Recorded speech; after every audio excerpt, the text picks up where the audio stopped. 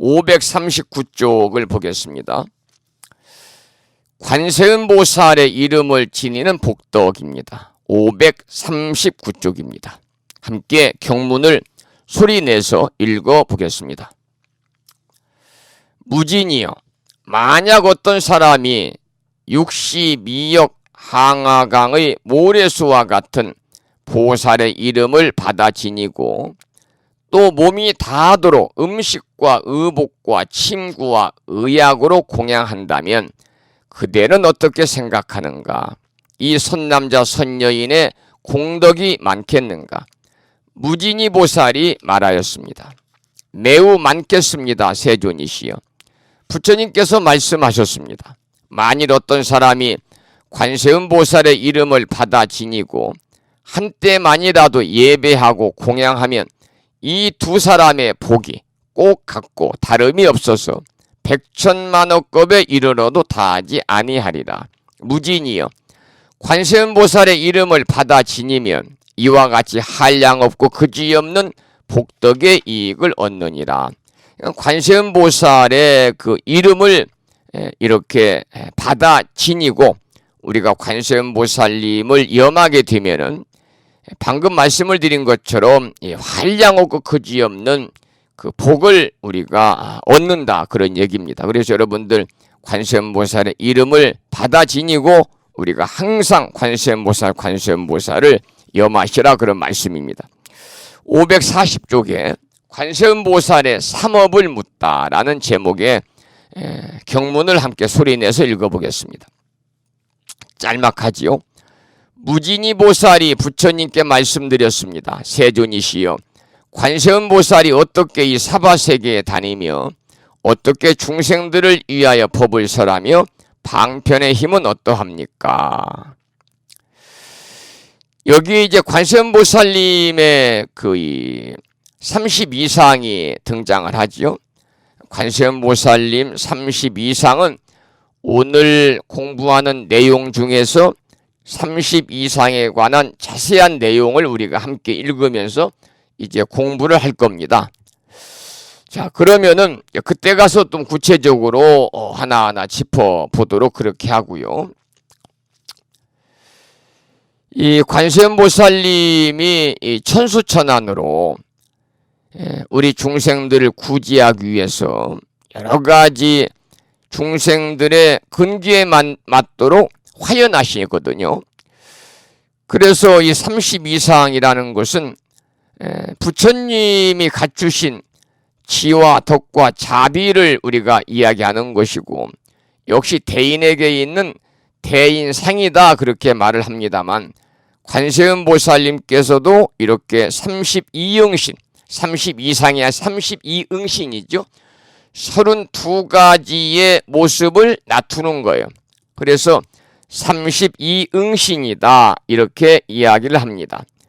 그 이 중생들의 그 근기에 따라서 중생들을 제도할, 중생들을 빠짐없이 제도하겠다고 하는 그러한 이 원을 세우신 분이기 때문에 관세음보살님께서는 중생들을 구제하기 위해서 여러 가지 형태로 이 관세음보살님 몸을 변화시켜서 화신한다, 그 말이죠. 그러니까 중생을 빠짐없이 모두 제도하시고자 그 중생의 근기에 따라서 여러 가지로 몸을 변화해서 나타나시는 것을 우리는 관세음보살 32응신이다. 32가지의 변화신입니다. 변화신. 그래서 관세음보살은 이 중생의 소리를 듣고 중생을 제도하는 자비의 보살이잖아요. 그래서 중생들을 구제하기 위해서는 32가지로 몸을 변화해서 나타나신다. 그게 관세음보살의 32응신인데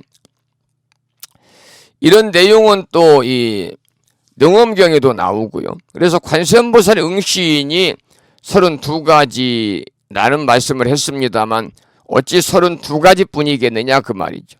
천수천안이라고 그러잖아요. 천수천안. 천개의 손, 천개의 눈으로 중생을 구제하시는 분이니까 사실은 그 관세음보살님이 몸을 변화해서 놔두시는 그 모양의 수를 우리가 센다고 그러면 천수천안이기 때문에 헤아려 셀 수 없을 정도로 많다, 이렇게 이해를 하는 게 좋겠죠. 여기서 이제 천개의 손, 천개의 눈을 가졌다고 그랬는데요. 실제 우리가 이 천개를 숫자의 천개를 뜻하는 것은 아니고 그만큼 많은 그러한 이 본인의 변화를 통해서 중생들을 제도하고 중생들과 함께 고락을 같이 하는 분이다, 그렇게 말씀을 드릴 수가 있습니다. 이 중생의 84,000 고통이라고 그러잖아요. 84,000의 괴로움을 제거하시고 또 84,000 소원을 다 들어주시려면은 천수천안으로도 부족하겠죠. 천이라는 숫자는 여기 나와 있는 것처럼 우리가 숫자 일십 백천만할 때 1000개가 아니라 무수히 많다, 무량수를 표현한 것입니다. 관세음보살은 아주 넓고 넓은 자비로 악한 사람이든 선한 사람이든 가리지 않고 구제를 하는 분이죠. 여기서 중요한 것은요, 이 선악을 분별하지 아니하고 중생을 구제하는 것이 불교의 정신입니다.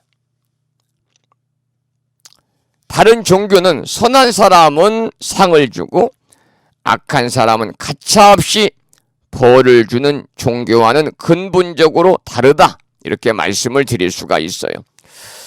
제가 이제 서울에 대중교통을 이용해서 열차를 타고 가본 지가 언젠지 기억이 없습니다만, 열차 타고 예전에 서울역 앞에 내리니까요, 이렇게 피켓을 든 전도하시는 하나님의 말씀을 전하고자 이 사역을 하신다고 그래야 되겠죠. 사역을 하시는 분들이 피켓을 들고 있는데 거기를 보니까 좀 살벌하더라고요. 뭐라고 쓰여 있느냐? 예수 천국, 불신 지옥이다. 이 말은 예수님 믿으면 천국 가고 불신, 예수님 믿지 않으면 지옥 간다. 굉장히 좀 오싹하고 살벌한 그런 표현이잖아요. 그것이 바로 뭐냐? 선한 사람은 상을 주고 악한 사람은 가차없이 벌을 주는 그러한 종교지요. 그래서 이웃종교에서는 이 교만한 자들은 하나님을 이렇게 믿지 않는다 그러거든. 교만하다는 것은 여기서는 악하다 그런 표현이니까요. 그래서 선한 사람은 상을 주고 악한 사람은 가차없이 벌을 주는 다른 종교와는 근본적으로 다른 종교가 우리 불교다. 불교는 악한 사람이든 선한 사람이든 가리지 않고 다 구제하는 그러한 자비의 정신을 갖춘 종교가 바로 불교입니다. 그래서 이 불교 경전에도 악인이 벌을 받는 장면이 전혀 없는 건 아니지만, 그러나 악한 사람이라도 벌을 받은 다음에 다시 선행을 쌓아가지고 복을 받을 수도 있고, 또 불보살님께 간절히 의지하면은 그 벌에서 벗어날 수 있는 거죠. 그러니까 다른 종교에서는 악행을 지은 사람은 지옥에 떨어져서 벌을 받고 다시 구제될 길이 없다고 그러잖아요. 그런데 불교에서는 그렇지 않다 그 말이죠. 그게 바로 자비의 종교이기 때문에 그렇습니다. 이것을 이제 사막의 종교와 숲의 종교가 가진 차이다, 그렇게 말을 하고 있는데, 사막의 종교는 척박한 땅에서 탄생한 종교죠. 유대교라든지 이슬람교 같은 경우가 이제 척박한 땅에서, 사막에서 탄생한 종교입니다. 그런데 불교는 풍요로운 숲에서 탄생한 종교입니다. 그러니까 이 불교는 풍요로운 숲의 종교니까 이렇게 사막에서, 척박한 땅에서 태어난 종교보다는 훨씬 더 자비스럽겠죠. 선인과 악인을 분별하지 않고 불교는 모든 중생들을 다 받아들이고 선인도 악인도 다 용서해주고 심지어 악인마저도 구제해주는 종교가 바로 불교입니다. 불교. 성인의 마음이라면 응당 그러해야 된다. 선행을 하는 사람만 받아들이고 악행을 지은 사람은 배쳐가면서 사람에 따라서 구분하면요, 그것은 보통 사람들이 쓰는 마음 씀씀이지 수행자라든지 또는 성인들이 쓰는 마음 씀씀이는 아니다, 그런 말이죠. 우리가 경전을 공부하다 보면은 부처님께서는요, 악인마저도 악인까지도 모두 다 구제하는 그런 내용들이 많이 나옵니다. 그래서 이 불교는요, 악인도 부처님의 구제를 가로막지 못한다 그래요. 악인도 부처님의 구제를 가로막지 못한다, 그렇게 불교에서는 이야기를 하고 있습니다. 그 정도로 부처님께서는 악인마저도 전부 다 구제하는 그러한 이 자비심을 갖추신 그러한 성인이시다, 그 말이죠. 자, 그러면은 542쪽에 이제 관세음보살의 32영신이 쭉 나옵니다. 32가지로 몸을 변화하는 그런 내용들이 쭉 나오니까요, 그 내용을 함께 읽어가면서 어떠한 내용들이 32영신인가 여러분들이 좀 이해를 하시기 바랍니다. 542쪽 경문을 읽어보겠습니다. 부처님께서 무진이보살에게 말씀하셨습니다. 선남자여, 만약 어떤 국토의 중생이 부처님의 몸으로서 제도할 이에게는 관세음보살이 부처님의 몸을 나타내어 법을 설하느니라. 마땅히 벽지불의 몸으로 제도할 이에게는 벽지불의 몸을 나타내어 법을 설하고, 마땅히 성문의 몸으로 제도할 이에게는 성문의 몸을 나타내어 법을 설하느니라. 그래서 32영신 중에서 가장 먼저 부처님의 몸, 그 다음에 벽지불의 몸, 성문의 몸이 쭉 나와 있습니다. 여러분 그 이승 삼승을 이야기할 때 우리가 성문과 벽지불 보살에 관한 얘기를 다 배웠잖아요. 이 성문은요, 성문과 벽지불을 가리켜서 뭐라고 그러느냐, 우리가 이승이다 그렇게 말합니다. 이승이다.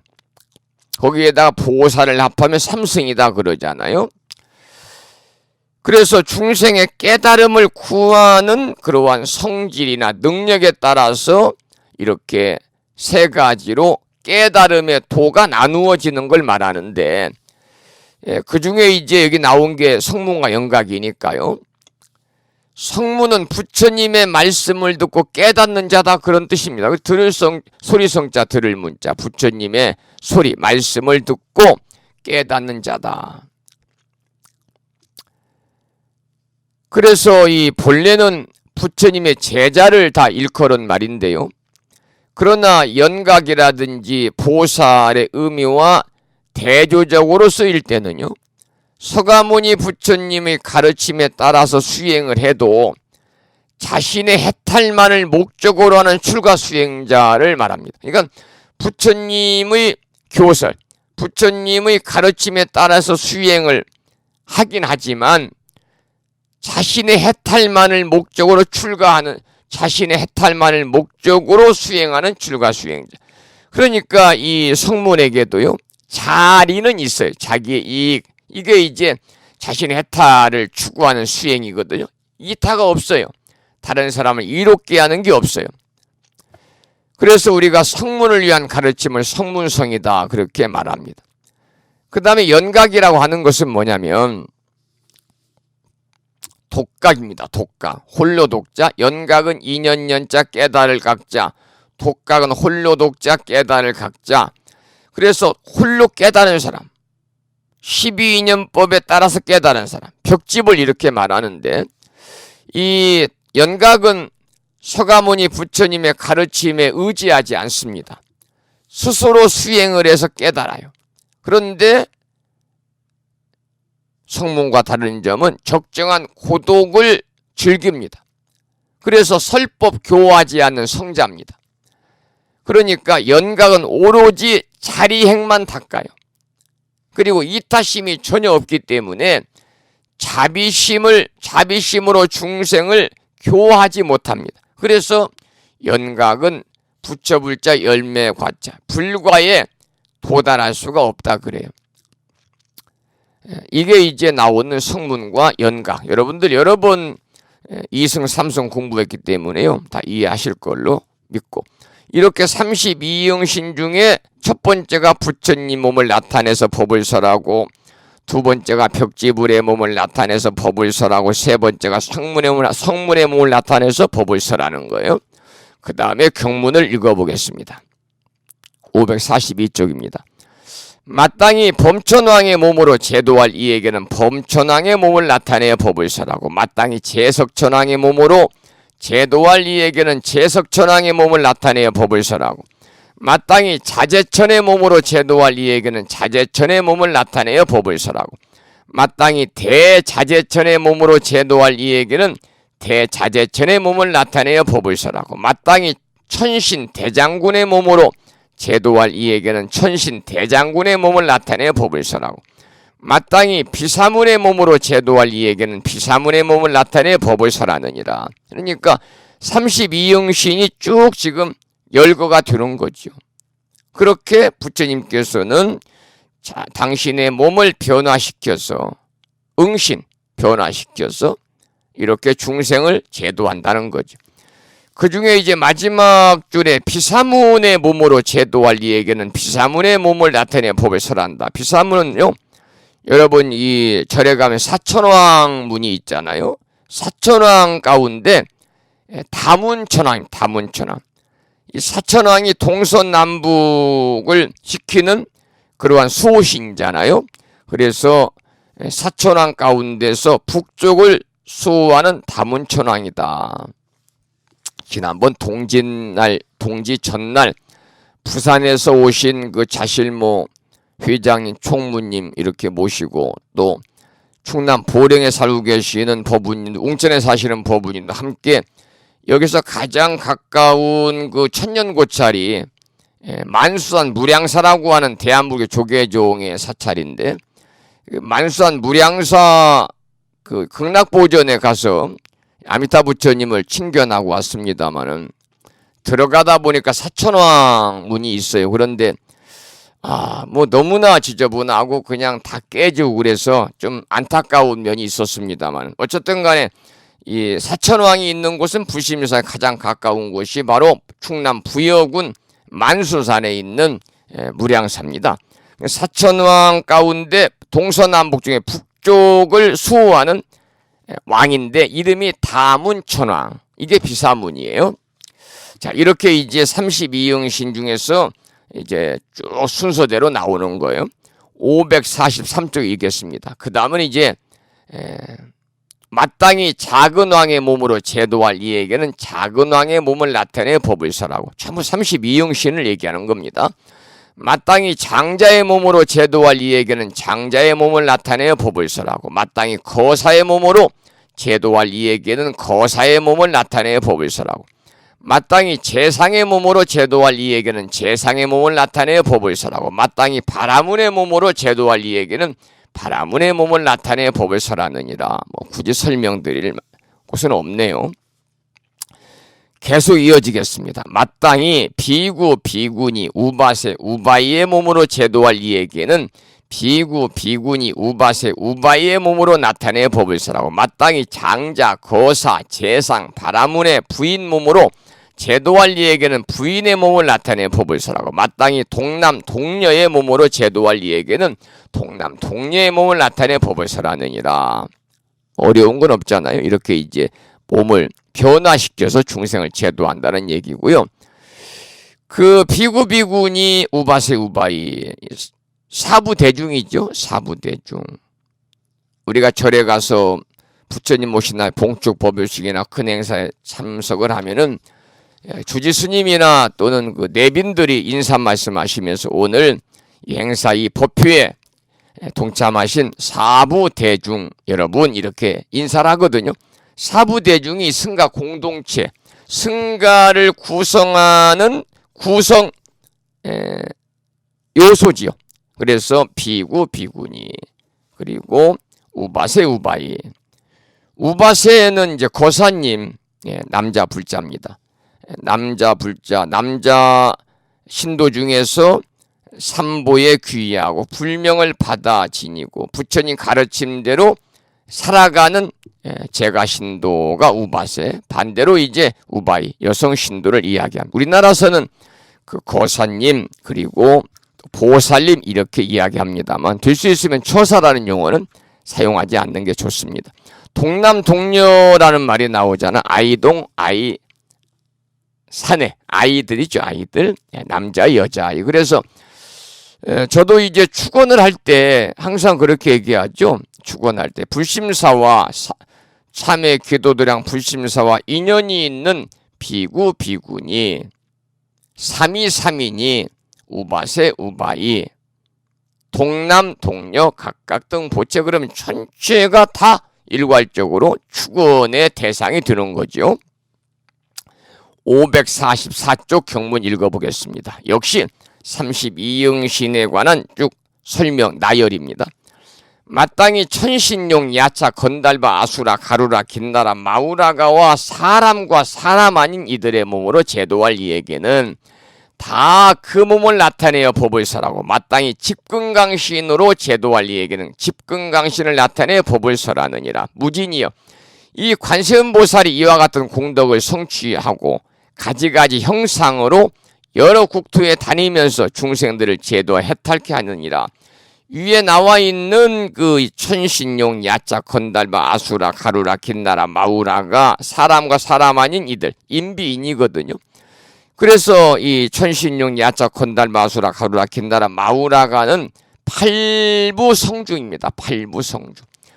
여러분들 이 엊그제 정초기도도 했고 또 불심사에서는 입춘 삼재 불공기도 입제를 해서 또 어제 휴양을 했습니다만 이 기도의 대상이 신중님들에게 기도 올리는 이 위효선시인들에게 기도드리는 그 신중불공, 신중청이죠. 신중불공을 우리가 모셨습니다.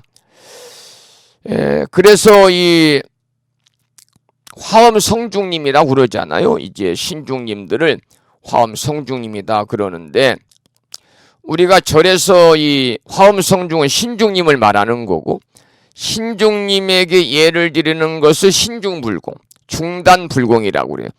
불보살이 모신 그 이 단이 이제 상단, 신중님들을 모신 단이 중단. 그래서 상단은 단계가 단이 3개 있고 그 다음 중단, 신중단은 단이 2개 있고 영가님들 유패를 모신다는 하단.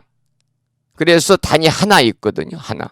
그래서 보편적으로 이제 이 신중님들은 큰 절에서는 백사위 화엄 성중을 모십니다. 불심사는 작기 때문에요.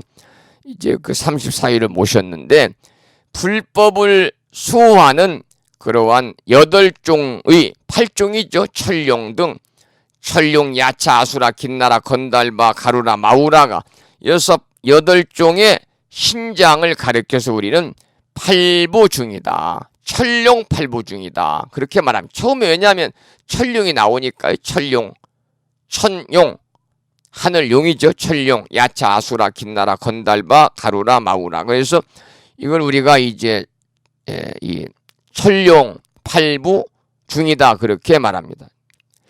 그래서 천이라는 것은 이제 그 소위 말하면은 그 천계, 하늘 세계에 거주하는 제신을 얘기합니다. 그래서 하늘은 우리가 보통 이 3계와 3계 27천으로 구분하잖아요. 그래서 이 지상의 천으로는 세계 중심에 있는 수미산 정상의 도리천이 최고의 천이죠. 제석천이 바로 그 천계의 주인입니다. 그 다음에 용은 여러분 아시다시피 뭐 물속에 살면서 바람과 비를 이렇게 오게 하는 능력을 가진 그런 존재가 되겠고요. 나머지는 뭐 설명을 안 드려도 여러분들 아침 방송을 통해서 우리가 초하루 법회 때 제가 자주 이렇게 설명을 드리니까요. 팔부, 철룡 팔부 중 팔부 성중에 대해서는 여러분들이 많이 아실 걸로 이렇게 믿고요. 자, 그러면 관세음보살은 이렇게 우리가 지금 쭉 읽어본 것이 32가지 응신, 몸을 변화해서 중생을 제도하는 그러한 모습을 함께 읽어본 건데요. 관세음보살은 이렇게 수많은 모습으로 자신의 몸을 바꾸어 놔두어 가지고 중생을 제도하는 대자비의 그러한 보살님이잖아요.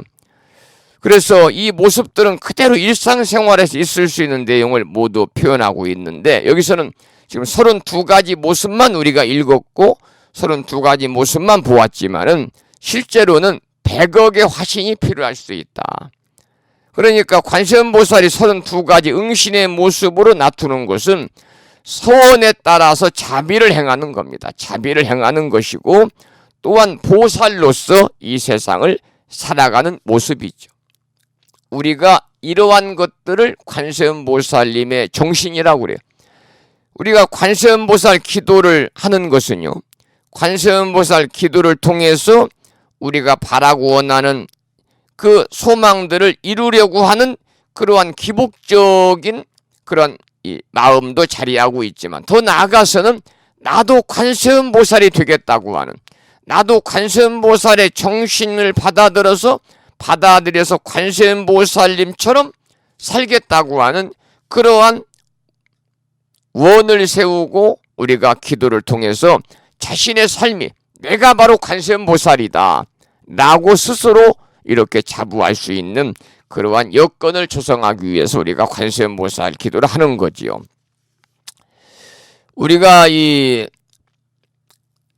자신의 우리 주위에 있는 온갖 그러한 그 사람들과 나를 둘러싼 여러 가지 환경과 조건이 사실은 모두 나에게 지혜의 눈을 열어주어서 깨우치기 위해서 존재한다 그 말이죠. 그러니까 우리가 한 생각 돌리면요, 악인도 나의 스승이 될 수 있고 악인도 나의 선지식이 될 수 있는 거예요. 나한테 잘못하는 사람들도 나의 스승이요 나의 선지식이다. 왜냐하면 역지사지하는 마음을 가지면 입장 바꿔 생각해보고 상대방과 그 상대방의 한 행위를 가지고 내가 다시 이렇게 바꾸어 생각해 보면은요, 이 세상에 스승 아닌 분이 없고 이 세상에 선지식 아닌 분이 없다는 거죠. 그래서 모든 것이 불교에서는 나를 위해 존재한다 이렇게 이야기를 하는 겁니다. 그 다음에 이제 545쪽에 관세음보살에 공양하는 내용을 함께 읽어보고 또 함께 공부하겠습니다. 경문을 읽어보겠습니다. 545쪽입니다. 그러므로 그대들은 마땅히 한결같은 마음으로 관세음보살에게 공양해야 하느니라. 이 관세음보살 마살이 무섭고 위급한 환난 가운데서 능히 두려움이 없게 하나니, 그러므로 이 사바세계에서 모두 그를 이름하여 두려움이 없도록 베푸는 이 시모의자라고 하느니라. 이 불심사에 오시면은 이 작지만 이 큰 법당에 작은 법당이죠.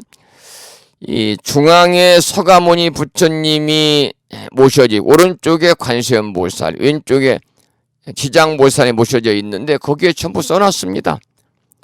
이 관세음보살 앞에는 시무위인, 관세음보살님은 그 형상이 시무위인을 하고 계세요. 그것은 뭐냐면 베푸시자 없을 무자 두려워할 위자거든요. 그래서 두려움이 없도록 베푸는 이다. 그래서 관세음보살님을 시무위자다 이렇게 달리 부르고 있는데요. 여러분 아시다시피 보시에는 법시, 제시, 무유시 세 가지가 있잖아요. 법시. 부처님 법을 널리 전하는 것이 법시입니다. 법시. 그 다음에 이제 이 제시.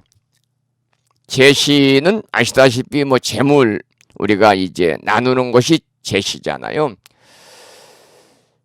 그래서 이 가장 중요한 보시는 이웃에게 다른 사람들의 부처님의 가르침을 이렇게 전하는 겁니다. 그러니까 원래 보시라는 말은요, 자기가 가진 무엇인가를 남에게 베푸는 행위잖아요. 그래서 불교에서는 보시를 많이 실천할수록 뭐가 줄어드느냐? 탐욕이 줄어든다 그래요. 보시를 많이 실천하면 할수록 탐욕이 줄어들어 가지고요. 그로 인해서 죄를 덜 짓게 된다고 보는 거예요. 그러니까 우리가 보시를 많이 해야 돼요. 여기서 보시는 물질적인 경제적인 보시를 얘기하는 게 아니에요. 세 가지를 다 얘기하는 겁니다. 법시, 제시, 무의시. 그리고 다른 사람과 무엇이든지 나누어 가짐으로 인해서 이웃과 함께하는 기쁨을 누릴 수 있다고 불교에서는 가르침을 주고 있어요. 그런데 보시에는 세 가지 종류가 있다고 그랬잖아요. 가장 중요한 것이 이웃에게 부처님의 가르침을 베푸는 법시입니다. 무엇이 부처님의 참다운 가르침인지, 무엇이 진리인지를 전함으로 인해서 그들의 올바른 삶을 지혜롭게 살 수 있도록 인도하는 것이니까. 이것처럼 큰 보시가 어디 있겠습니까? 그것을 우리는 법시다 그렇게 말합니다. 두 번째는 내가 가진 재물을 가난한 이웃에게 나누어 주는 게 제시잖아요. 그런데 이 제시의 경우에는요, 재물을 그냥 나누어 주는 것도 중요하지만 그보다 그 재물을 통해서 그 사람들이 올바른 삶을 살 수 있도록 해 주어야만이 재물 모시를 통해서 더 큰 공덕을 쌓을 수가 있겠죠. 그리고 세 번째는 내 이웃이 겪는 고통을 위로하고 말 그대로 무의시, 없을 무자, 두려워할 위자, 베푸시자, 두려움을 없애주면서 사랑으로 따뜻하게 감싸주는 것이 무의시입니다. 그러니까 정신적으로 힘들어한 분들에게 위로의 한마디를 전해주는 것도 커다란 그러한 그 보시거든요. 우리가 누가 길을 물어보잖아요. 그러면 생뚱맞게 그냥 고개 돌리고 가지 말고 친절하게 안내도 해주고 자세하게 안내해주고, 또 괴로워하는 친구가 있으면 또 그 괴롭다는 것은 누군가의 말 못하는 그러한 이 답답함도 있는 사람이 많거든요. 그래서 그 사람의 얘기를 끝까지 잘 들어주는 것도 하나의 커다란 무의시지요. 또 넘어진 사람이 있으면 일으켜서 부축해주고, 넘어진 얘기하다 보니까 어제는 보령과 웅천에서 사시는 법우님들만 오시고, 또 1년에 이제 연중 행사로 한 서너 번씩 다니시는 노보살님들이 좀 오셨는데, 그 중에 한 노보살님이 계단을 내려가시다 거의 내려왔는데, 저는 이제 어제 오신 분이 또 많지 않아서 가지고 가는 이 공약물이 많이 담겨가지고 좀 무거웠습니다. 과일도 좀 많고 떡도 좀 많이 했더니, 그래서 무거워서 제가 들고 이제 밑에 주장까지 내려가는데 그 보살님이 뒤 따라왔는데 갑자기 둥글어 버렸습니다. 넘어지셨어요. 그래가지고 얼굴이 다 이렇게 찰과상, 피가 막 줄줄줄 나고 안경도 다 깨지고, 그래가지고 어제도 다녀오고 오늘 또 다녀오고 그랬습니다만, 다행히 부처님 가피로 큰 다침이 없어서 그래도 다행이었습니다만, 이렇게 절에 오셨다가 절에서 넘어지고 노인 양반들 다치고 그러면요, 꼭 제가 주인 같아요, 주인 같아요. 그래서 어디 나가서 어제도 이 약도 사다가 다 갖다 드리고, 또 안경이 깨졌으니까 안경이라도 다시 또 맞추시라고 봉투 준비해 드리고 그랬더니, 아유 스님이 잘못한 게 아니고 내가 내 부주의로 넘어졌는데 왜 이렇게 하면 절에 못 다닙니다 그러시더라고. 그런데 바로 그런 것도 뭐냐, 무의시입니다. 무의시. 그런데 중요한 것은 우리가 이러한 보시를 실천할 때에 주의해야 할 것이 하나 있다. 절대로 생색을 내거나 대가를 바라서는 안 된다는 거예요. 아무리 큰 보시를 했다 치더라도 생색을 내게 되면요, 힘들게 쌓은 공덕이 어때요? 다 없어지고 말아요. 여러분 너무나 많이 들었던 얘기 아닙니까? 그러니까 우리 불교의 세계관에 따르면요, 이 세상에 존재하는 모든 재물, 이 세상에 존재하는 모든 돈, 다 중생의 노고에 의해서 생산된 것이기 때문에 지금 내가 어떠한 것을 갖고 있다고 해서 그것이 원래부터 내 것이 아니라는 거예요, 불교에서는. 그러니까 자기 것도 아닌 것을 가지고 베풀면서 생색을 낸다면 공덕을 우리가 키우기는커녕 오히려 더 큰 욕심을 키우는 악업만을 짓게 되죠. 거기에 비해서 생색을 내지 않는 보시를 우리가 무주상보시, 무보시다 그러잖아요. 그래서 그런 보시를 실천을 할 때 우리는 한량없는 공덕을 쌓을 수가 있는 거죠. 이런 말씀입니다. 자, 그리고 그 다음을 쭉 넘기면요, 546쪽을 보겠습니다. 오랜 세월 동안 우리 민족의 무의식 속에 깊이 뿌리 내린 관음 신앙 때문에 저절로 관세음보살이라고 부르게 됩니다. 우리 법우님들이, 우리 한국의 불자들이, 특히 우바이 여성 불자인 보살님들이 가장 많이 찾는 불보살님 중에 한 분이 바로 관세음보살일 겁니다. 그래서 예로부터 이제 갑자기 어려운 일이 당한다든지, 어제처럼 그 보살이 넘어졌을 때도요, 그냥 나무 관세음보살, 나무 관세음보살. 정말 우리가 중요한 것은요, 우리들의 마음자리에 관세음보살님을 항상 모시는 거예요. 특히 여러분들 지난번도 제가 말씀을 드렸습니다마는 이 마음속에서 이 바람직하지 않은 그러한 그 생각들이 올라온다든지, 바람직하지 생각은 여러 가지가 있겠죠. 그런 바람직하지 않은 생각이 올라온다든지, 화가 나서 이렇게 진심, 화내는 마음이 올라온다든지, 누구를 미워하는 마음이 이렇게 생긴다든지, 더불어 부질없는 욕심이 이렇게 생긴다든지 할 때 그 순간 나무 관세음보살을 부르면서 그 자리에다가, 그 마음자리에 관세음보살을 모시라는 말씀을 지난번에 드렸어요.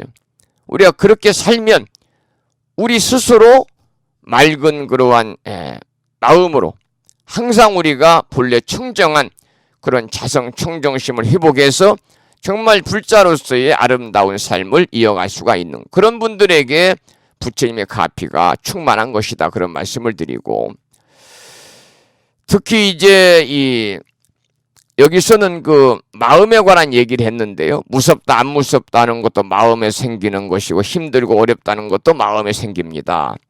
내가 무섭다고 생각한 무서움을 느끼게 되고 무섭다고 생각하지 않으면 무섭지 않습니다.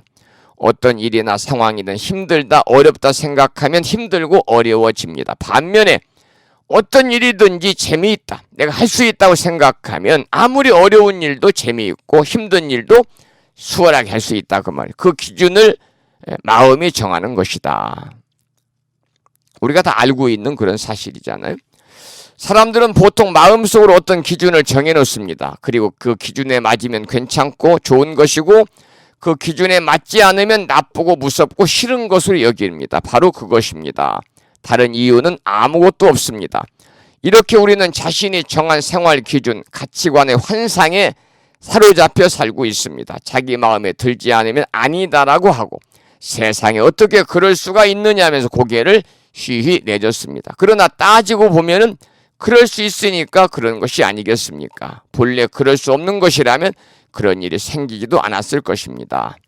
두려움이 없도록 베푸는 사람을 당당히 표현함. 그게 무유시자거든요. 관세음보살님이 바로 무유시자. 두려움이 없도록 베푸는 사람을 달리 표현하면 당당함을 베푸는 사람이다. 당당함을. 어떤 상황에서 겁없이 살도록, 당당하게 살도록 해주시는 분이 바로 누구냐? 관세음보살이다, 그 말이죠. 그래서 우리가 관세음보살의 명호를 부르면서 단순하게 눈에 보이는 그러한 혜택, 눈에 보이는 그러한 소원 성취, 이익, 이런 것만 입으려고 할 것이 아니라 관세음보살의 본래 뜻이 무엇인지를 헤아려 가지고 참된 삶의 길을 찾는 것이 참다운 관음기도다. 아까 제가 말씀을 드렸잖아요. 관세음보살, 관세음보살, 관세음보살을 우리가 일심으로 염해 가지고 당장 눈앞에 있는 자기가 원하고 바라는 일을 우리가 소원을 이루고자 하는 기복적인 그러한 신앙의 기도도 중요하지만 더 중요한 것은 관세음보살님의 정신을 우리가 관세음보살님의 그런 32용신으로 몸을 놔두셔가지고 중생들을 제도하고자 하염없이 당신을 희생시키는 그러한 관세음보살님의 대자비의 마음, 그리고 희생하는 마음, 중생을 제도하고자 하는 그러한 통체 대비의 마음을 우리가 배우는 것이 진정한 관세음보살님의 참다운 기도다, 그런 말씀을 드렸어요. 그 내용을 여기에서 설명이 된 거예요. 547쪽을 함께 경문을 읽어보겠습니다. 무진이 보살이 부처님께 말씀드렸습니다. 세존이시여, 제가 지금 관세음보살께 공양하겠습니다. 그리고 곧 목에 장식하였던 영락의 값이 100천금이나 되는 것을 풀어서 드리면서 이렇게 말하였습니다. 인자하신 분이시여, 이 법으로 보시하는 보배 영락을 받으십시오. 이때에 관세음보살은 받지 않으려 하거늘 무진이가 다시 관세음보살에게 말하였습니다. 인자하신 분이시여, 우리들은 어여삐 여기시여, 우리들을 어여삐 여기시 영락을 받았소. 영락은 목걸이입니다. 목걸이. 보배로 만든 금은보와 진주로 만든 그런 목걸이. 우리가 절에 가서 관세음보살님을 이렇게 불상을 보면 목에다가 영락을 두르고 계시잖아요. 그것이 바로 무진이 보살이 공양 올린 그러한 금은보화로 만든 보배 영락입니다. 이 무진이 보살이 100천금이나 되는 보배 영락을 관세음보살이 공양하라고 그럽니다. 공양 올리려고 그럽니다. 근데 관세음보살이 처음에 안 받으려고 그래요. 그런데 물질인 영락을 일컬어서 여기서는 뭐라고 그랬느냐? 법으로 보시하는 보배 영락이다. 이게 영락이 금은보와 진주로 만든 그런 목걸이인데 물질적인 그런 영락이잖아요. 그런데 그것을 여기서는 법으로 보시하는 보배 영락이다 그래서 왜 그랬느냐? 그것은 사실 물질이라도 관세음보살님께 무진이 보살이 금은보화로 만든 금은, 진주, 만호 이렇게 해서 금은보화로 만든 물질적인 그러한 그 영락인데 왜 법으로 보시하는 보배 영락이라고 그랬냐면 물질이라 하더라도 법으로 생각하고 받아달라 그 말이에요. 그러니까 법을 듣고 법을 펴는 의미로서 보시하고 받아달라는 뜻이기 때문에 여기서는 법보시가 되는 거죠. 그래서 공양을 받는 것이 사실은 공양하는 사람을 생각해서 받아주는 것이라 할 수 있습니다. 공양을 올리는 사람을 생각해서 받아주는 거다. 이 보시를 하는 사람은요, 복을 쌓는 것이 되지만 보시를 받는 사람은 있던 복이 깎이게 된다고 그래요. 그래서 스님들도 보시를 하지 않고 받으면요, 복이 쌓이는 게 아니라 복이 깎이니까. 저는 스님들한테도요, 많은 휴양을 해라 그래요.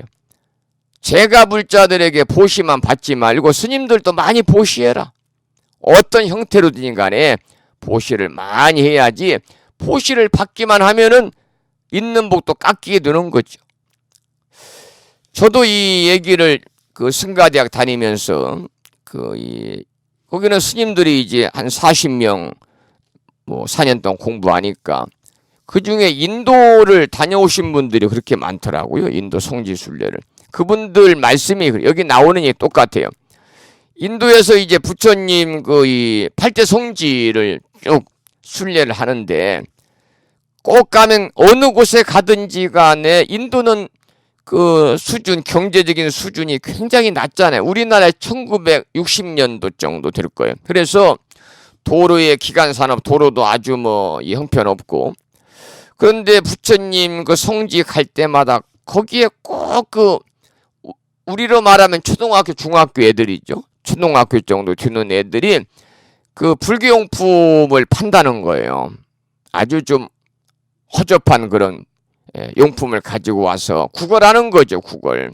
그리고 또 돈 달라고 하는 사람, 이 애들도 있고, 그래서 그들이 그런답니다. 그 물건을 이제 팔거나, 그래서 온 성지 순례자들이 물건을 사주거나 또는 그 이 동양 구걸에서 돈을 주게 되면요, 당당하게 그 아이들이 얘기한대요. 당신은 지금 내 덕분에 복을 지었다. 당신이 복을 지을 기회를 내가 줬으니까 나에게 고맙다는 말을 하고 가라. 그런다는 거예요. 그러니까 보시를 받아서 내 복이 줄어들었지만 당신이 장차 받을 복은 늘어났지 않는가, 그런 말이에요. 그러니까 그렇듯이 관세음보살이 보배 영락을 받아 주어야만이 무진이보살이 공덕을 지게 되는 거예요. 그래서 스님들 사이엔 그래요. 불자님들이 보시하면 어떤 보시물이라 다 받아야 됩니다. 왜냐하면 그래야 보시를 올리는, 보시를 공양하는 그 불자님들이 복을 지게 되는 겁니다. 그렇게 또 역설적으로 이야기하는 분들도 많이 계십니다. 자, 548쪽 경문을 읽어보겠습니다. 이때 부처님께서 관세음보살에게 말씀하셨습니다. 마땅히 무진이보살과 사부 대중과 천신용 야차 건달바 아수라 가루라 긴나라 마우라가와 사람과 사람 아닌 이들을 어여삐 여겨서 영락을 받을지니라. 곧 그때 관세음보살이 사부 대중과 천신용 야차 건달바 아수라 가루라 긴나라 마우라가와 사람과 사람 아닌 이들을 어여삐 여겨서 그 영락을 받아 두 몫으로 나누어 한 몫은 서가모니 부처님께 바치고 또 한 몫은 다보 불탑에 바치었습니다. 무진이여 관세음보살은 이렇게 자유자재한 신통의 힘이 있어서 사바세계에 다니느니라. 이 무진이보살이 바치는 그 백천금이나 되는 값비싼 보배 영락을 관세음보살이 거듭해 사양을 하니까 서가모니 부처님이 중재에 나섰습니다. 관세음보살은 모든 대중을 위해서 마음으로 영락을 받으라고 부처님께서 말씀하셨어요. 그러니까 보시를 받아주어야 보시하는 이에게 공덕이 돌아가기 때문입니다. 그렇게 해야 관세음보살의 모든 서원과 행업이 생명력을 띠게 되고 진실이 될 것이다. 그 진실의 바탕에서 모든 사람들이 관세음보살을 믿고 의지하게 될 것이라는 뜻이 여기에 담겨 있고요. 관세음보살이 보배영락 공양을 받아들이는 것은요, 보살 자신을 위한 것이 아니라요, 일체의 모든 생명을 위한 것이다, 그 말입니다. 아까 설명을 드렸죠. 관세음보살은 보배영락 공양을 받으시면서 보시의 공덕을 더욱 크게 만들어요. 그 영락을 둘로 나누어 가지고 서가모니 부처님과 다보 부처님에게 바쳐요. 그래서 다보 부처님은 법화인을 설하는 곳은 어디든지 놔두어 증명하겠다는 서원을 이루기 위해서 다보 불탑 안에 설법을 듣고 계시는 분이잖아요. 그래서 관세음보살의 신통력이 진리를 가르친 서가모니 부처님과 그 진리를 증명하신 분이 바로 다보 부처님이기 때문에 이 부처님 덕분이기 때문에 보배영락을 바쳤다 그 말이에요. 그러니까 관음력은 서가모니 부처님께서 가르친 진리를 깨닫고 실행하는 것만으로 얻을 수 있음을 여기서 확실하게 밝히고 있는 거예요. 이것이 바로 관세음보살님의 그러한 유신력이다, 그런 말씀이죠. 그래서 관세음보살이 자신이 받은 공양을 두 분 부처님, 서가모니 부처님과 다보타 부처님에게 휴양한 것은 큰 의미를 지니는 일이다. 관세음보살 현명한 휴양 덕분에 무진이보살의 보시 공덕이 더욱 커졌겠죠. 그리고 또 두 분 부처님께 보시를 올린 관세음보살에게도 그 공덕이 돌아가게 된 거지. 이렇게 되어야 보시가 제대로 이루어지는 것이다, 그 말입니다. 살아가는 일도 마찬가지입니다. 지식이든 시간이든 혹은 경제력이든 노동력이든 간에 우리는 다른 사람에게 베풀 만한 것을 나름대로 가지고 있습니다. 배운 것이 부족하고 가진 재물이 없다고 생각하는 사람은 몸으로 봉사하면 됩니다. 울려가면 드릉절에 가서 울려. 다른 사람에게 봉사하고 베풀 거리를 찾아보면 무궁무진하게 많습니다. 법당에서 자리를 양보하는 것이나 맨 뒤에 들어가면서 다른 사람들의 신발을 가지런히 정리하는 일도 남을 위한 보시이고 공양이며 휴양입니다. 이 부심사에 들어오는 부심사 임법당이니까 아주 뭐 작은 법당입니다만 들어오는 그 앞에는 신발장이 딱 있죠. 신발장을 만들어 놓은 곳은 밖에다가 어수선하게 신발을 벗어놓지 말라는 거예요. 신발장에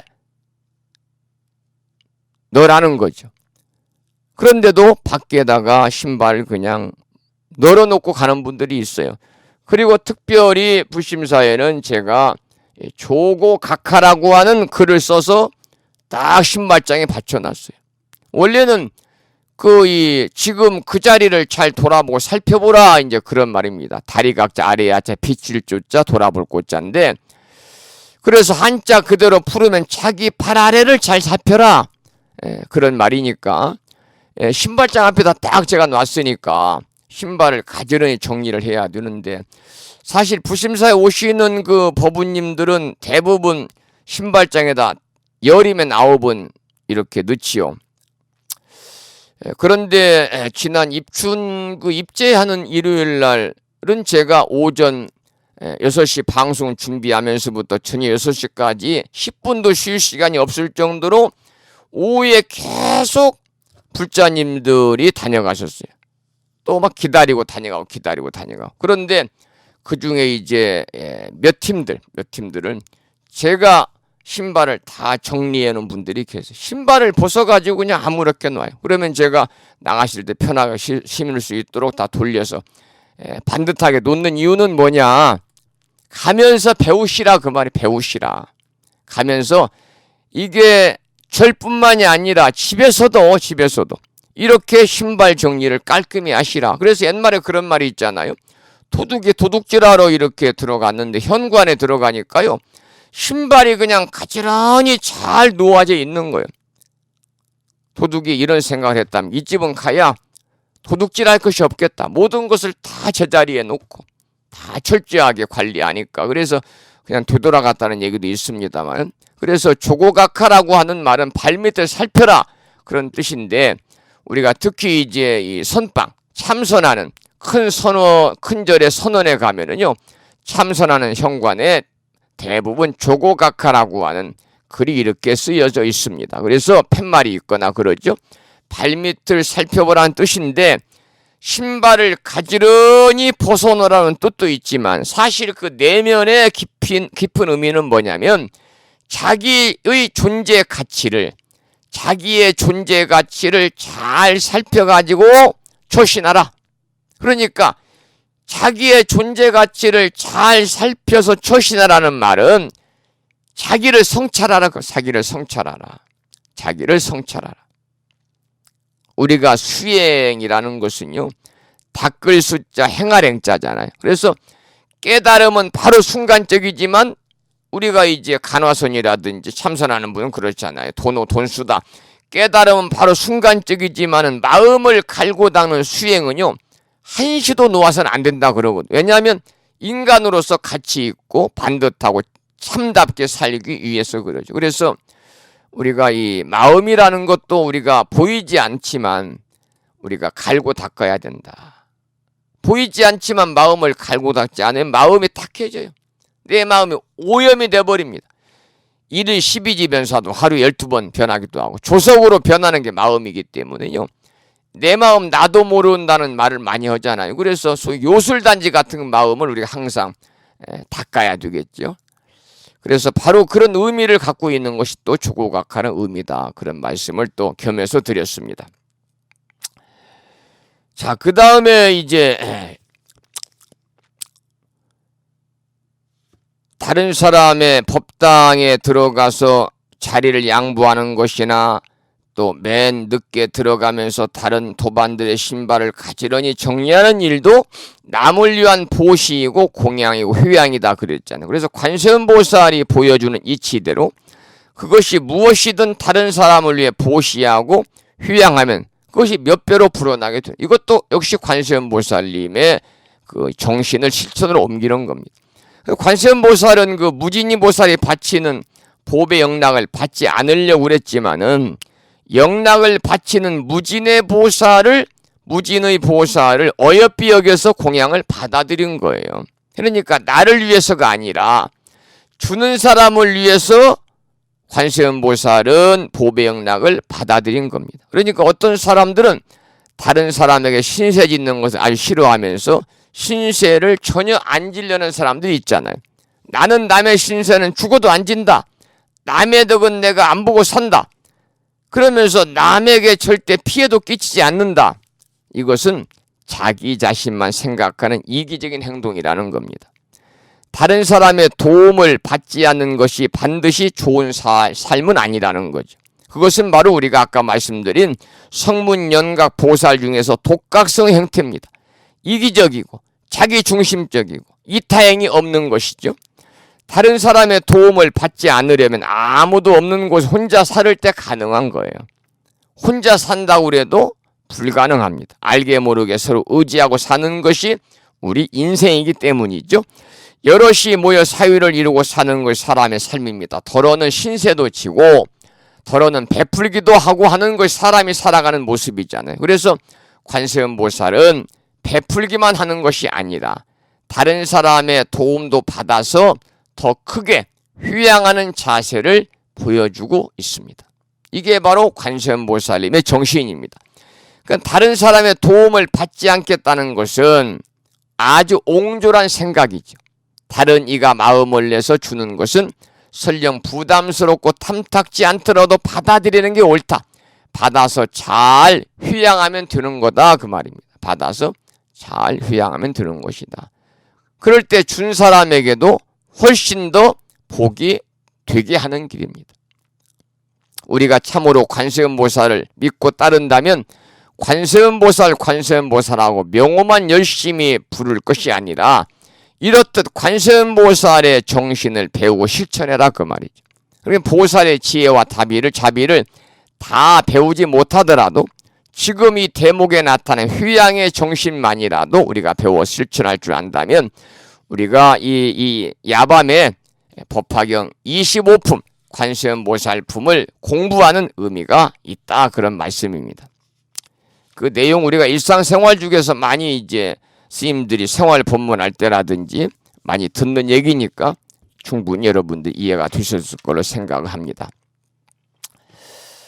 다른 사람에게 신세를 안 짓고 혼자 살고 남에게 폐를 끼치지 않고 신세를 안 지고 남의 덕을 안 보고 사는 것도 좋지만 그것은 자기 중심적인 가치관이다. 그래서 불교에서 볼 때는 삼승 중에서 성문연각 보살 중에서 이 이타가 없는 다른 사람들이 이롭게 하는 행위 없는 그러한 독각성, 벽지불의 그러한 이 삶이다. 그렇게 이제 말씀을 드릴 수가 있죠. 우리가 다른 사람에게 도움을 받으면요, 베풀림 받아서 더 휴양하면 되는 거예요. 더 널리 베풀면 되는 거죠. 그것이 바로 관세음보살님의 지혜요, 관세음보살님의 자비요, 관세음보살님의 휴양의 정신이다. 이렇게 여기서 강조하고 있습니다. 그러면 551쪽에 이제 개송을 설하다. 지금까지 그래서 앞으로 지금 나오는 내용은 개송입니다. 개송인데 이 개송이 아주 잘 돼 있어요. 그래서 특히 관세음보살 보문품을 사경하시는 분들은요, 이 관세음보살 보문품에 나오는 지금부터 공부하는 개송만 우리가 수지 독송하고 사경하시면 많은 기도에 도움이 됩니다. 자, 그러면 개송을 읽어보겠습니다. 551쪽입니다. 이때에 무진이 보살이 개송으로 물었습니다. 세존께서 아름다운 모습을 갖추셨습니다. 제가 지금 저분의 일을 다시 묻겠습니다. 관세음보살은 어떠한 인연으로 관세음보살이라 부르십니까?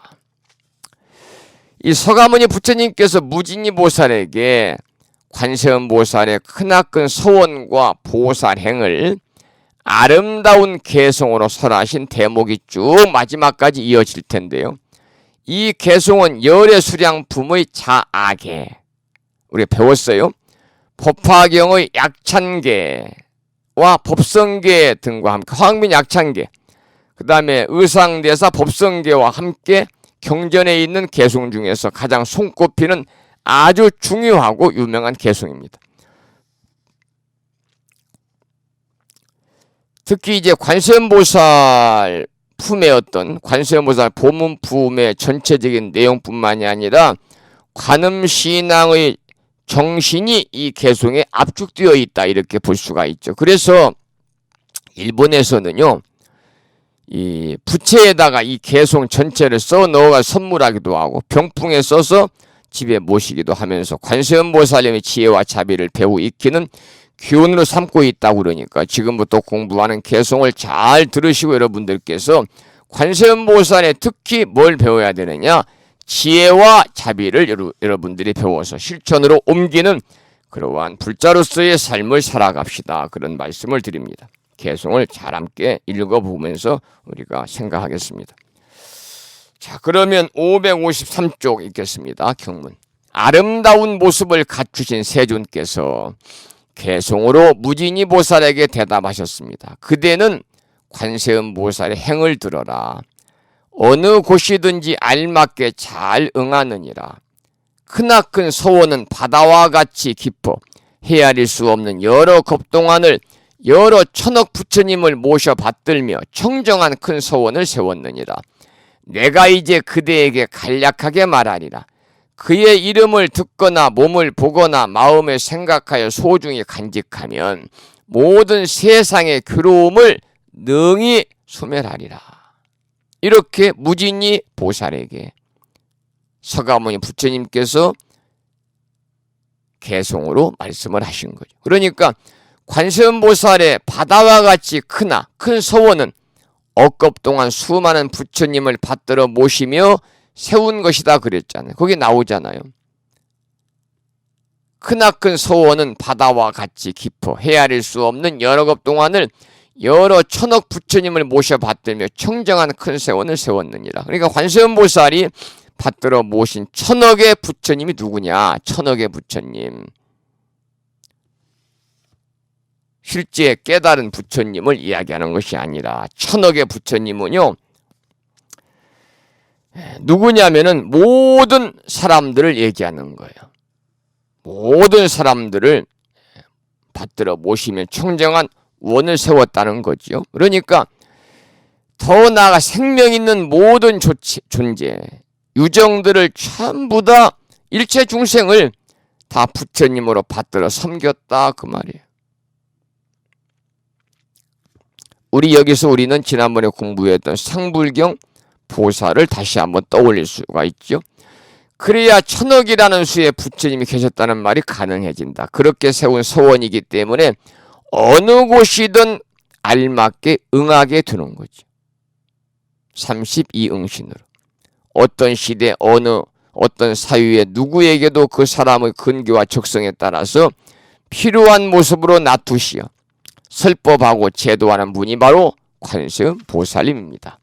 그렇기 때문에 관세음 보살의 명호를 마음에 소중히 간직하면은 세상의 모든 괴로움을 다 우리가 떨쳐낼 수 있다는 거죠. 우리가 관세음 보살 입 밖으로 관세음 보살을 소리내어 부르는 것도 중요하지만은 주변에 있는 사람이나 일하는데 방해가 될 수 있으니까 마음속으로 자꾸 따라하라 그 말이죠.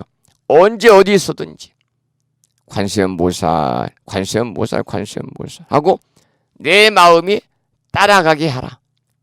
그럴 때 우리는 관세음 보살님처럼 관세음 보살님의 정신으로 우리가 살아갈 수 있다 그 말이죠. 그래서 여러분의 마음자리에 항상 관세음 보살을 모시고 살면요, 아까도 말씀을 드린 것처럼 누구를 미워하는 마음이 생길 때도 나무 관세음 보살, 그럼 미워하는 마음이 사라지는 거예요. 욱하고 화가 올라올 때도 나무 관세음 보살, 그러면 올라오는 화가 사라지는 거예요. 탐심이 올라올 때도 나무 관세음 보살, 음심이 올라올 때도 나무 관세음 보살, 치심이 올라올 때도 나무 관세음 보살. 그러면 그 올라오는 탐심, 음심, 치심이 다 사라지고 그 자리에 우리는 관세음 보살님을 모시고 살아야 된다. 그럴 때 우리의 탁해지는 그 마음이, 오염된 마음자리가 본래의 깨끗한 청정한 본성의 자리를 다시 잡을 수 있다. 그런 말씀이죠. 자, 그 다음에 경문을 읽어보겠습니다. 전부 다 이 개송입니다. 가령 어떤 사람이 해치려는 생각을 품고 불구덩이에 밀어서 떨어뜨려도 관세음보살을 생각하는 거룩한 힘으로 불구덩이는 연못으로 변하게 되리라. 혹 큰 바다에 빠져서 떠내려가도 용과 고기와 귀신의 난을 만나더라도 관세음보살을 생각하는 거룩한 힘으로 파도가 빠뜨리지 못하게 되느니라. 그러니까 세상의 모든 괴로움을 소멸시키는 것이 바로 뭐냐면 연피관음료.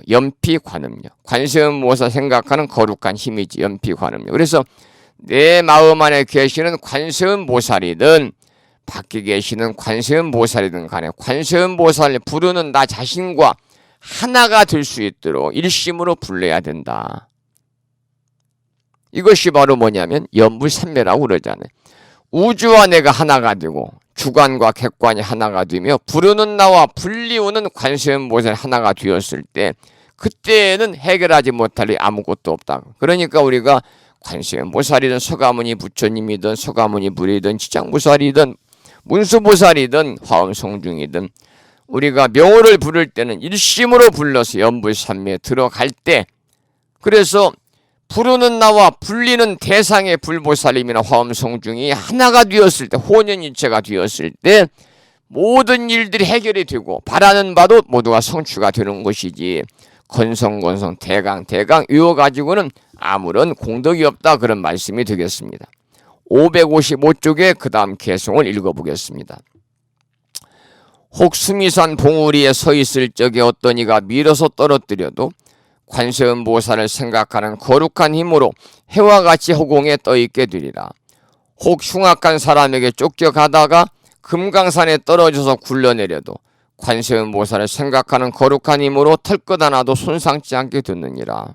참, 관세음보살님을 명호를 부르는, 관세음보살님을 마음에 새기는 그러한 공덕으로 일어날 수 있는 여러 가지의 가피들에 대해서 이렇게 개송해서 서가모니 부처님이 설하고 계시는 거죠. 거기 수미산이 나오잖아요. 수미산 봉우리, 세상에서 가장 높은 곳이라고 그랬습니다. 그렇게 높은 곳에 서 있다는 말은 뭐냐? 수미산 봉우리에 서 있을 적에 어떤 이가 밀어서 떨어뜨려도 관세음보살을 생각하는 거룩한 힘으로 해와 같이 허공에 떠있게 돼. 여기서 수미산 봉우리에 서 있다는 것은 뭐냐면, 그 높은 곳에 서 있다는 얘기는 뭐냐면 자만심에 가득 차 있을 때를 가리키는 거예요. 자만심에 가득 차 있을 때, 내가 남보다 높은 자리에 올라갔다, 남보다 내가 잘났다, 많이 배웠다, 돈이 많다, 이런 것들이 바로 자만심이잖아요. 이렇게 자만심에 빠진 사람이 있으면 그 사람을 밑으로 떨어뜨려 하는 것이 세상의 인심이잖아요. 시기하고 질투하고 심지어 없는 일도 꾸며내서 모함하기도 하고, 그야말로 내가 남보다 잘났다고 자만에 빠지는 순간에 주변의 모든 사람이 적이 되는 거예요. 사람의 본성은 누구나 똑같기 때문에 한치 양보도 없죠. 아니, 양보하도록 되어 있지도 않습니다. 마지못해서 양보하는 척 할 뿐이죠. 그래서 늙으나 젊으나 있으나 없으나 간에 감정이 움직이는 것은 똑같다는 거죠. 그렇기 때문에 성공할수록 남에게 남보다 더 나은 위치에 있게 될수록 있도록 더욱더 불교에서는 뭐라고 그러느냐? 하심해라, 하심해라. 하심즉 불심이라고 그러잖아요. 이 불심사 오시면은 그 무심거사 있는 곳에 제가 적어놨어요. 오는 분들 무심거사를 다 한 번씩 보고 가시니까 하심즉 불심이라. 나를 낮추는 마음이 바로 부처님 마음입니다. 부처님 마음이 다른 게 아니에요. 나를 낮추는 거예요. 다 알아요, 사람들이 하심해야 된다는. 그런데 하심하지 못하고 그냥 이렇게 자만심에 빠진 분들이 많이 있잖아요. 이 겉으로 드러나는 재물이나 권세가 중요한 것이 아니라 사람이 중요하기 때문입니다. 사람은 사람이기 때문에 존엄합니다. 설령 수미산 꼭대기에 나홀로 있게 될 정도가 되더라도 관세음보살처럼 언제나 겸손하고 하심하기를 잊지 말라는 말씀이죠. 관세음보살님의 명호만 부를 것이 아니야. 이렇게 관세음보살님의 정신과 가르침을 실천하라. 그럴 때 우리 살아가면서 어떤 해침도 받지 않는다, 그 말이죠. 관세음보살님의 정신, 언제나 겸손하고 하심해라. 이것이 바로 관세음보살의 정신이다 그 말이죠.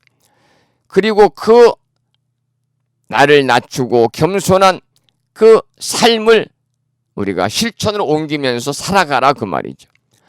또한 흉악한 사람에게 쫓겨 금강산에 굴러 떨어지더라도 관세음보살을 생각하고 거룩한 힘으로 털끝만큼도 다치지 않을 것이다 그랬잖아요. 참 대단한 말이거든요. 우리나라에서는 금강산이라고 하면 아주 아름다운 산이라는 뜻이지만은 이 대목에서는요 아주 험한 산을 얘기합니다.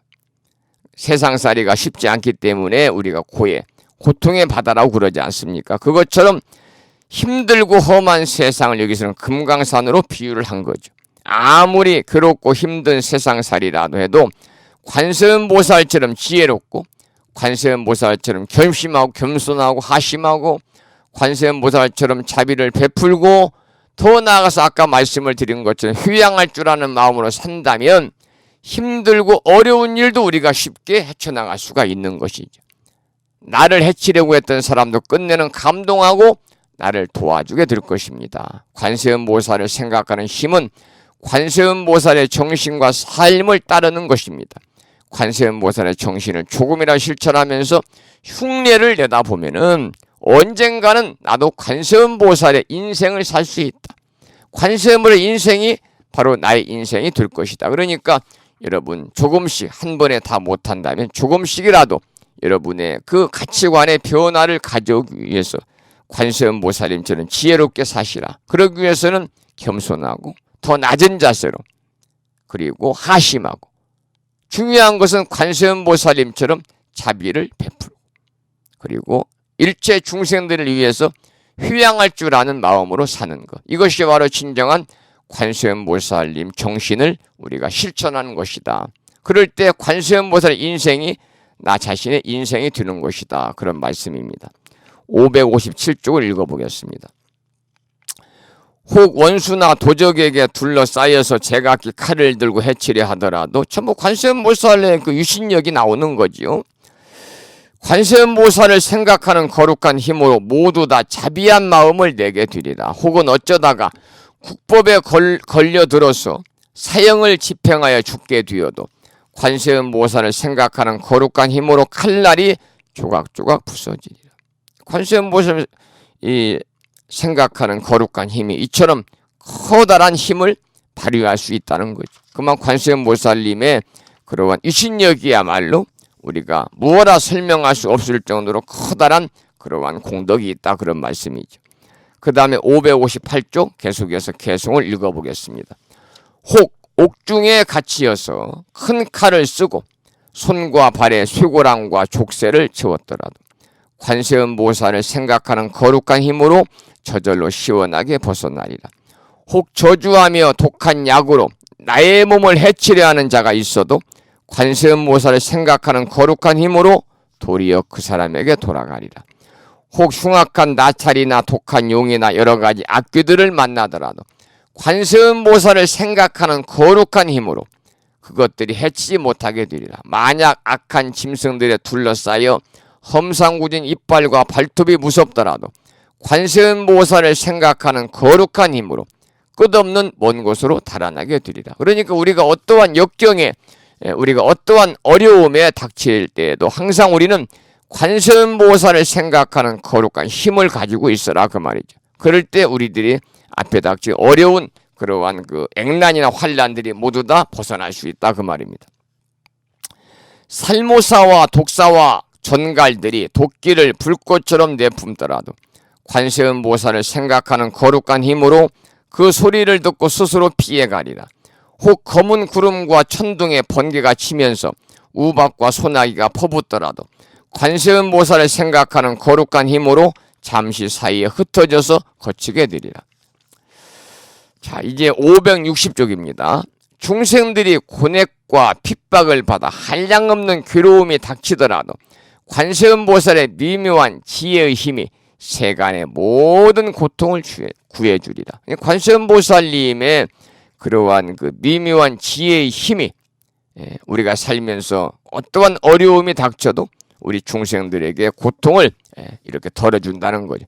고뇌기란 말이 나오잖아요. 고뇌. 고뇌는 고날곤자 재양액자입니다. 그래서 이 어떤 이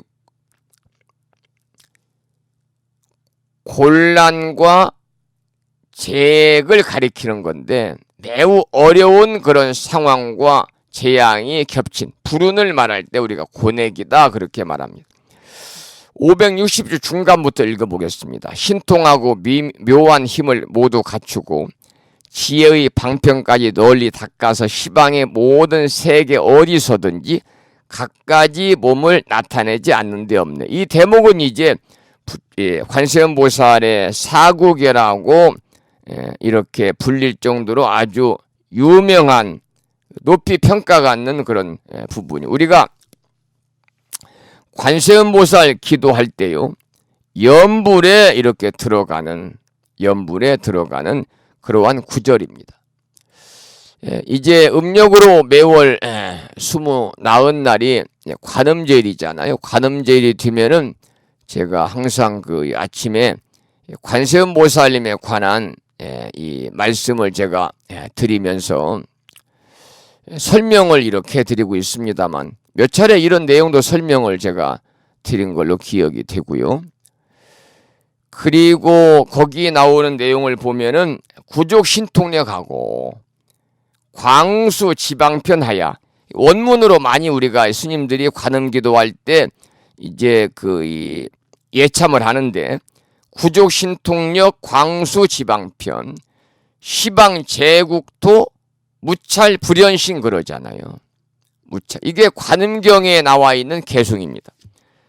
지금 여기를 우리말로 이 내용이 중요하니까 밑줄을 치시고 본문이나 전부 다 그 해설한 내용까지 구족신통력하고 광수지방편하야 시방제국토의 무찰불연신하리라. 신통하고 미묘한 힘을 모두 갖추고 지혜의 방편까지 널리 닦아서 시방의 모든 세계 어디서든지 갖가지 몸을 나타내지 않는 법이 없는 이게 관세음보살 본문품의 사구계로 할 수 있을 정도 유명한 그런 구절입니다.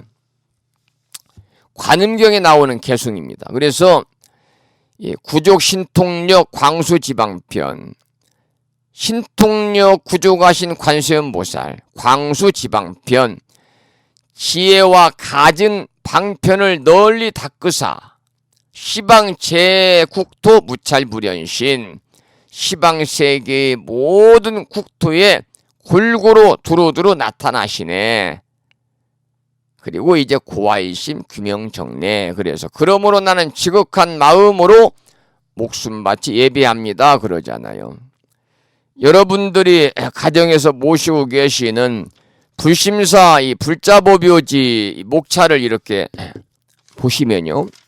목차를 보시면 거기에 삼보통청, 지장청, 관음청, 신중청이 나오는데 관음청이 74쪽에 이렇게 모셔져 있어요. 그래서 절에서 이제 관음불궁 드릴 때는 이 관음청을 하게 되거든요. 관음청을 하게 되는데 그 관음청 할 때 뒤에 나오는 그런 내용을 방금 제가 이 소개를 해 드렸습니다.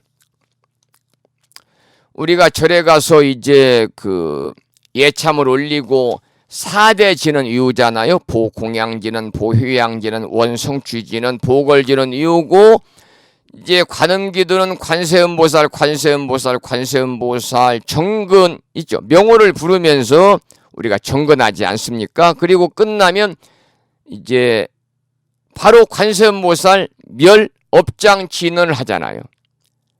옴 아루누께 사바를 3번 하고 나서 마지막에 이유는 것이 방금 제가 설명드리고 여기에 개송으로 나와 있는 관세음보살 보문품의 사구계라고 할 정도로 대단히 중요한 개송 구족신통력 광수지방편 시방제국토 무찰불연신이라는 곳입니다. 그래서 우리가 관세음보살 기도할 때 관음연불 뒤에 항상 들어가는 구절이니까요. 그 내용은 조금 여러분들이 원문과 우리말 번역본을 함께 여러분이 이해하시고 외우시면 좋겠습니다. 561쪽입니다. 다시 개송으로 이어가겠습니다. 가지가지 험하고 나쁜 갈래와 지옥과 악유들과 축생에까지 나고 눕고 병들고 죽는 고통을 차츰차츰 모두 다 없애버리네. 참된 관찰과 청정한 관찰과 넓고 크신 지혜의 관찰과 가엾이 여기는 관찰과 자비로운 관찰을 언제나 원하고 언제나 우러러 보내. 때묻지 않은 청정하고 밝은 광명이 태양 같은 지혜로 어둠을 깨고 풍재와 화재들을 굴복시키고 골고루 밝은 빛이 세상을 비추네. 자, 여기까지 이제 읽었고요. 562쪽을 보겠습니다. 우리가 이제 관세음보살이라고 그러면은 자비의 화신이다 그러잖아요. 그러나 중요한 것은 불교는요, 지혜와 자비가 이 차의 이 바퀴처럼, 앞뒤 바퀴처럼, 또 지혜와 자비가 날아다니는 새의 양날개처럼 함께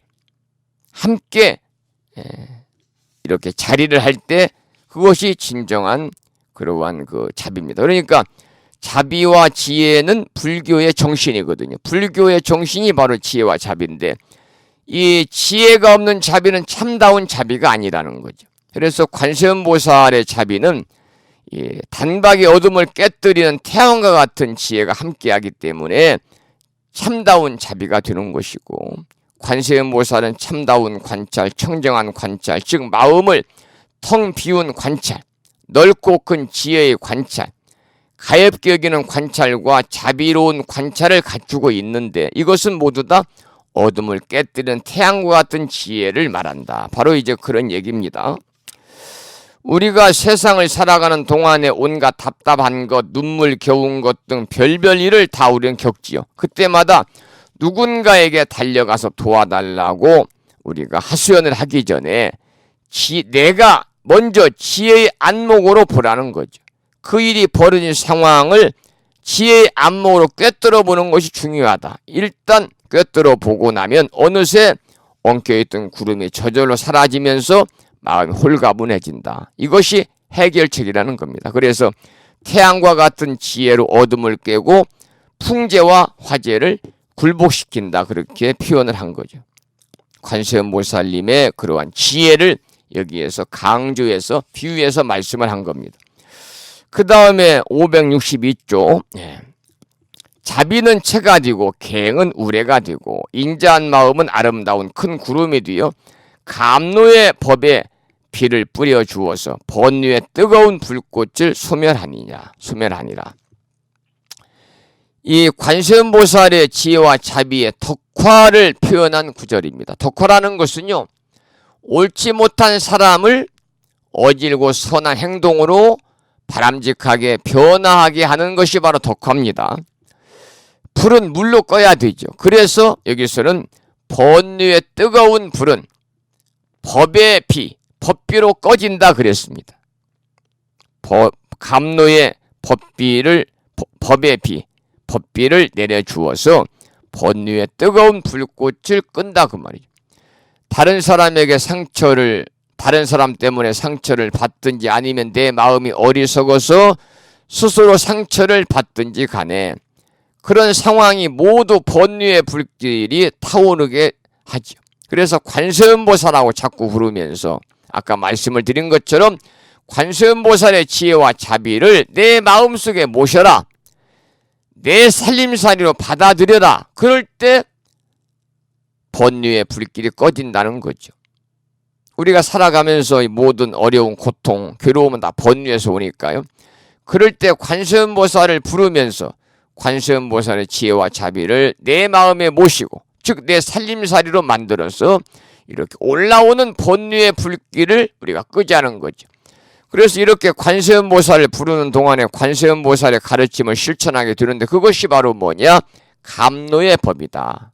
감노의 법의 비, 감노의 법비다 그 말입니다. 그래서 관세음보살님의 지혜는 우리가 그 크고 작은 법회 때마다 항상 빠지지 않는 반야심경이 담겨 있잖아요. 그래서 아침 저녁으로 반야심경을 봉독하거나 마음이 어지러울 때 반야심경을 봉독하는 것도 좋은 방법이 될 수 있다고 그랬습니다. 그 다음 563쪽 경문을 읽어보겠습니다. 송사하고 다투는 관청에서나 무섭고 겁이 나는 군대의 진중에서도 관세음보살을 생각하는 거룩한 힘이 원수를 물리쳐서 흩어버리네. 넘기시고요. 아름다운 음성의 관세음보살이여 범천왕의 음성과 해조음의 소리 세간의 음성과 견줄 수 없네. 그러므로 언제나 생각을 하여 잠시라도 의심을 내지 말아라.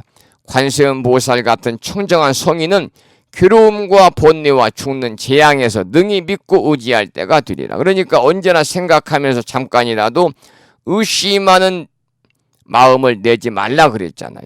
잠시라도 의심을 내지 말아라. 우리가 관세음보살을 부르면서 진짜 이루어질까 하고 의심하지 말라 그 말이죠. 기도하면서 우리가 반신반의하지 말으라 그 말이죠. 믿음을 가지고 해라. 그래서 불교에서는 신의 행정이다. 불교 요체 중에 가장 중요한 것은 바로 믿음이거든요. 확고한 믿음. 의심하는 시간에 관세음보살을 한 번 더 부르라 그 말이죠. 우리가 불도를 실천하는 데 필요한 5가지 힘을 부처님 오력이라고 그랬습니다. 실력, 정진력, 염력, 정력, 해력인데 그 중에서 가장 중요한 것은 바로 실력입니다. 그만큼 믿음이 중요해요. 믿음은 모든 불교 수행의 근간을 이루고 있는 거죠. 모든 기도의 밑받침에는 바로 믿음, 실력이 자리를 잡아야 됩니다. 믿음이 있어야 열심히 수행할 힘이 생기는 거잖아요. 그래서 잠시라도 부처님은 의심내지 말아라 그런 거죠. 의심이 없어야 일념으로 관세음보살을 부를 수가 있죠.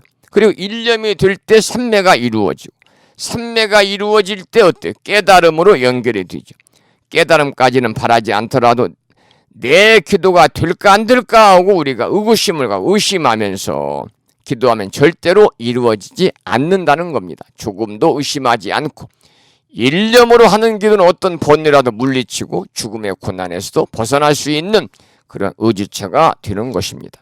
그 다음에 경문 565조 읽어보겠습니다. 여러 가지 공덕을 다 갖추시고 자비하신 눈으로 중생을 보며 복덕의 무덕이는 바다같이 한량 없나니 그러므로 머리 숙여 예배하여라. 여기까지가 관세음보살 보문품의 유명한 개송입니다. 보문품 전체를 사경하는 것이 아까 말씀을 드렸죠. 힘든 분이라든지 또는 짧은 글을 사경하고 싶은 분은 이 개송만 사경하는 것이 좋다 그 말이죠. 우리가 관세음보살 기도를 대신해서 이 개송 부분을 사경해도 좋습니다. 그리고 이제 더 욕심이 나는 분은 전체 관세음보살 보문품을 다 사경하면 더 좋겠죠. 왜냐하면 이 내용 중에서는요, 우리 불자들의 참으로 필요한 내용들이 개송에 다 들어있기 때문에 그래요. 이렇게 해서 관세음보살에게 부처님이 이렇게 하신 개송을 우리가 잘 들었고요. 관세음보살 일신령을 탄탄한 그런 내용입니다. 무진이보살에게 부처님이 하신 말씀이죠. 관세음보살 정신에 관한 말씀입니다. 그 다음에 마지막 566쪽 보겠습니다. 관세음보살 보문품을 듣고 이익을 얻다. 이제 마지막 내용이네요. 함께 경문을 읽어보겠습니다. 그때 지지보살이 자리에서 일어나 부처님 앞에 나아가 말씀드렸습니다. 세존이시여, 만일 어떤 중생이 관세음보살 품에 자제하신 일과 넓은 문으로 나타내시는 신통의 힘을 듣는 이가 있으면 이 사람의 공덕은 적지 아니한 것을 마땅히 알 수 있겠습니다. 부처님께서 이 보문품을 설하실 때 84,000 중생들이 모두 견줄 수 없는 최상의 깨달음에 대한 마음을 내었습니다. 중요한 대목이잖아요. 부처님이 보문품, 관세음보살 보문품을 설하실 적에 84,000 중생들이요 모두 견줄 수 없는 최상의 깨달음에 대한 마음을 냈다는 거죠.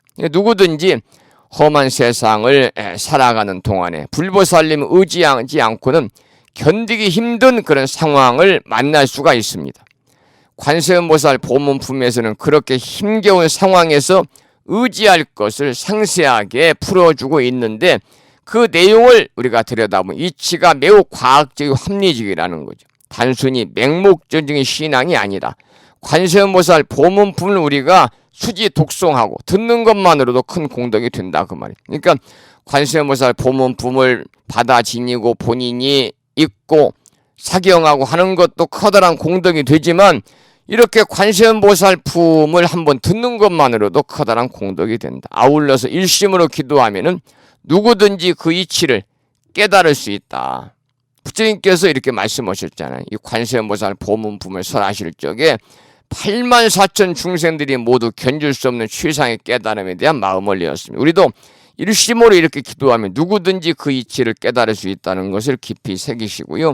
여러분이 이 관세음보살 보문품만 딱 떼어가지고 관음경이라고 그러거든요. 그래서 중요한 내용이니까요. 관세음보살 보문품의 핵심적인 그런 품이 바로 25품 관세음보살 보문품이니까요. 관세음보살 보문품이 불심사, 불자, 법요집에 나와 있습니다. 여러분들이 열심히 수지 독송하고 또 이 개송은 사경을 통해서 관세음보살님 기도와 관세음보살님 기도를 통해서 여러분이 바라고 원하는 일들도 성취될 수 있고 관세음보살의 정신을 우리가 여기서 배워가지고 일상의 삶 속에서 나도 관세음보살처럼 살겠다고 하는 그러한 확고한 의지를 가지고 그러한 자비와 행, 지혜로운 그러한 자비를 실천한 그런 불자님이 들 수 있는 그러한 근간을 만들어주는 제25품 중요한 관세음보살 보문품을 이렇게 해서 3회에 걸쳐서 오늘까지 공부를 마쳤습니다. 이제 10시가 거의 됐고요. 이제 다음 시간에는 26품, 이제 27품, 28품이 있습니다만 3품이 남았는데 그 내용들이 길지 않으니까요. 될 수 있으면은 2월 마지막 주까지 해서 종강을 하는 걸로 한번 진행을 해보고요. 정 이제 마지막 주까지 종강이 안 되면 3월 첫째 주까지라도 해서 휴양을 하고 종강을 하도록 그렇게 하겠습니다.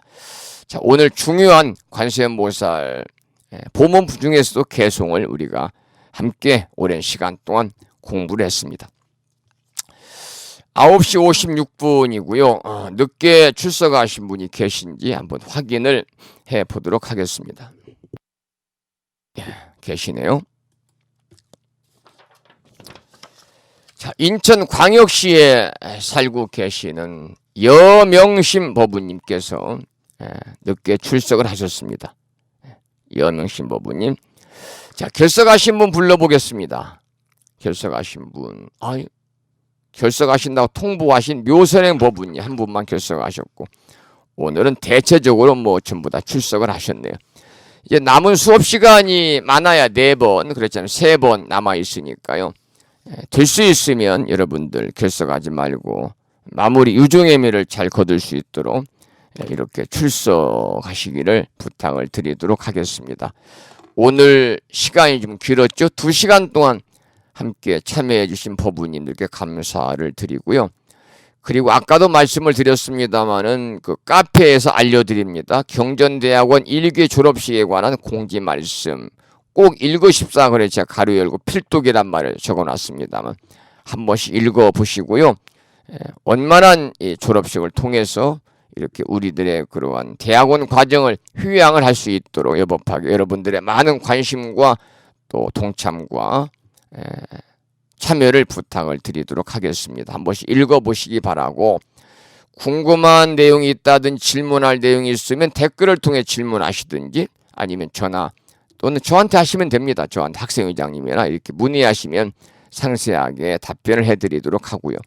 이 알려드리는 말씀 불교대학 소식에 올려놓은 내용은 A4용지 2장으로 인쇄를 해서 제가 어제 입춘불공 휴양을 하고 오후에 우체국 가서 제가 일반 우편으로 보내드렸기 때문에 이번 주에는 모두 여러분 가정에 도착을 할 것입니다. 항상 읽어보시고 그 계좌로 입금을 해주십사 그런 당부의 말씀을 드리면서 오늘 수업을 여기서 마치도록 하고요.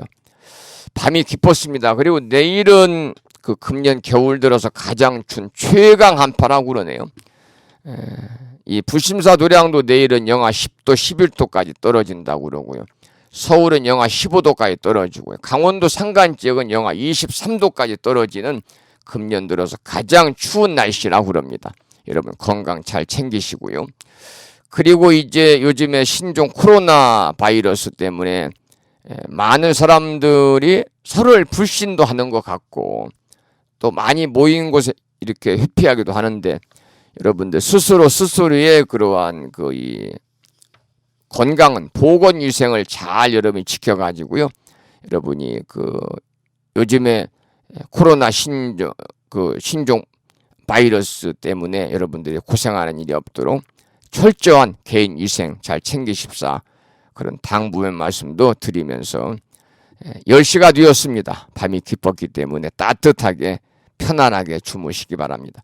저는 이제 일주일 후인 다음 주 2월 12일 날 수요일이죠. 여러분 또 반가운 마음으로 만남을 이어가도록 하겠습니다. 지금까지 무창포 불심사에서 진어 성종이었습니다. 보부 여러분, 오랜 시간 동안 대단히 수고하셨고요. 편안히 주무시기 바랍니다. 고맙습니다.